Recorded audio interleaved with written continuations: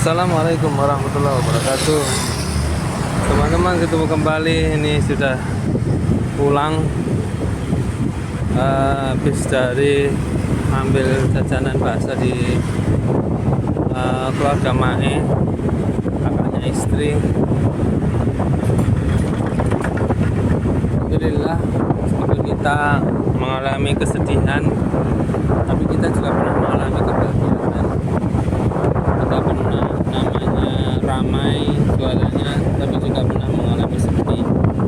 Dan itu yang wajar-wajar saja. Assalamualaikum.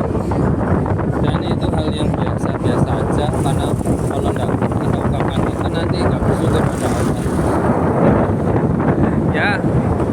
Ya jelas saya bersyukur juga di desa tenang itu kan, bisa menikmati kicau burung. Nah, di kota ada sih kicau burung, cuman tentunya lebih banyak burung-burung di desa ya kan. Mungkin ada macam-macam jenis burung, tak hafal saya. Paling sering berkutut, terus apa lagi ya? Oh, ada itu yang seriti ya, Pak. Seriti itu apa ya? Biasanya diekspor ke Cina itu ya. Atau kemana sih? Negara mana yang untuk air liurnya itu? Jadi musim seperti sekarang ini tuh musim sepi-sepinya penjualan. Yang dulunya mungkin bisa laku 100.000, bisa untung 100.000 per hari, menurun jadi 50.000. Penurunan bisa 100%, bisa 200%, tergantung jenisnya. Kita pas kebetulan jualan jajanan bakso dan roti-rotian. Jadi ketika jualan seperti ini ya harus banyak bersyukur, namanya ujian dari Allah. Kita kasih serapeh dulu, Mas. Ya, sami-sami lah. Assalamualaikum. Nah, ketemu Mbak Sadia. Ayahnya dan sepersusuannya Bude Nap, Mbak Nap, kakaknya istri. Teman-teman, jadi kita harus banyak bersyukur lah intinya. Roti yang dulunya bisa laku 300 roti, sekarang cuma laku 40 roti. Dan itu merata di seluruh penjual roti. Itu juga jajanan bakso yang dulunya bisa laku sampai misalkan 100 jajanan bakso, sekarang cuma 20 itu udah bagus. Karena kan yang dijual banyak, laku 17, laku 15, baklah 10 biji, lemper laku 17 biji, itu udah bagus. 25 biji itu udah bagus. Sebenarnya macam-macam, saya nggak apa sih, tapi itu udah bagus dengan situasi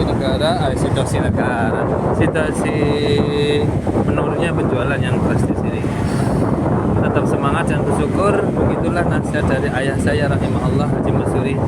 Semoga Allah merahmati beliau dengan rahmat dan puas.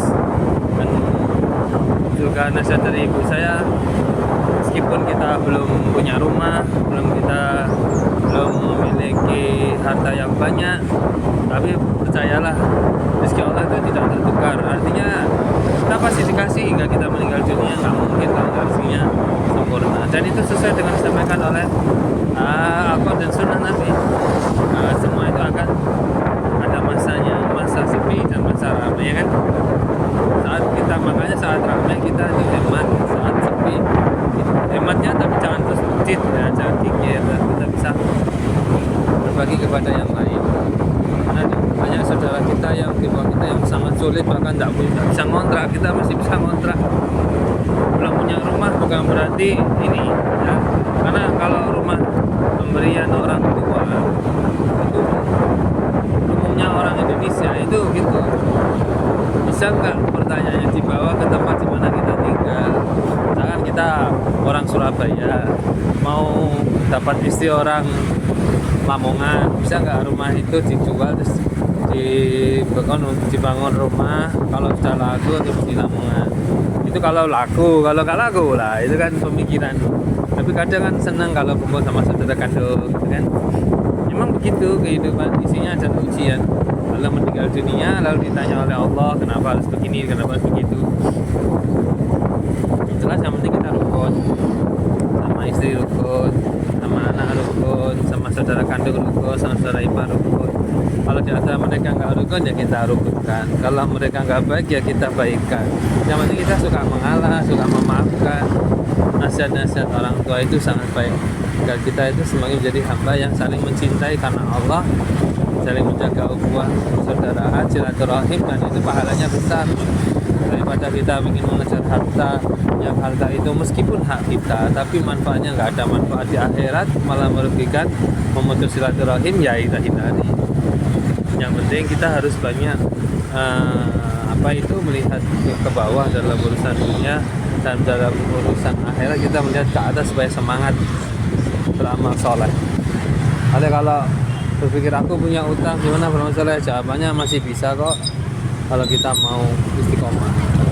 Yang jelas semua itu adalah milik Allah dan akan kembali kepada Allah, akan ditanya oleh Allah. Doa lewat pasar ya, ini lewat pasar. La ilaha illallah wa la syarikalah, lahul mulku wa lahul hamdu yuhyi wa yumiitu wa huwa hayyun la yamut wa la qadir. Itu saja teman-teman dari saya.